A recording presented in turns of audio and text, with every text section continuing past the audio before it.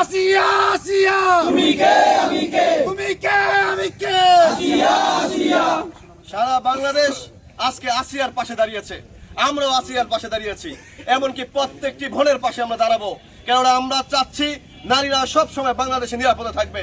বিগত দিনে আমরা লক্ষ্য করেছেন 2001 থেকে 2006 নারী জাগ্রত হয়েছে। 2001 থেকে 2006 নারী কিভাবে বাংলাদেশে নিরাপদ ছিল। আমরা চাচ্ছি অতিরেই সেই নিরাপত্তার ব্যবস্থা ইনশাআল্লাহ বাংলাদেশে প্রচলন হবে। আমরা চাচ্ছি আইনানুগ ব্যবস্থার মাধ্যমে ওই দর্শককে, যিনি এই দর্শনের কাজে জড়িত ছিল এবং যারা তাকে সহযোগিতা করেছে, তাকে অবিলম্বে আইনানুগ এলে তাকে ফাঁসি রায় কার্যকর করার জন্য এই প্রস্তাব ব্যক্ত করে আমি আমার ছাত্র সমাজে এবং সবাইকে পাশে নিয়ে এই বক্তব্য শেষ করলাম। বাংলাদেশ জাতীয়তাবাদী দল বিএনপি জিন্দাবাদ, দেশ নেত্রী বেগম খালেদা জিয়া জিন্দাবাদ, আগামী রাষ্ট্রনায়ক তারেক রহমান জিন্দাবাদ, দৌলত খান আবি আব্দুল্লাহ শাখা কলেজ শাখা ছাত্রদল জিন্দাবাদ। আসসালামু আলাইকুম।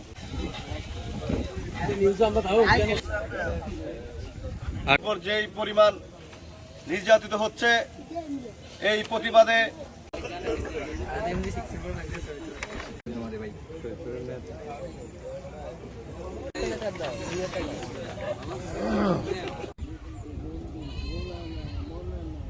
লং আবার লং লং হয়েছে করে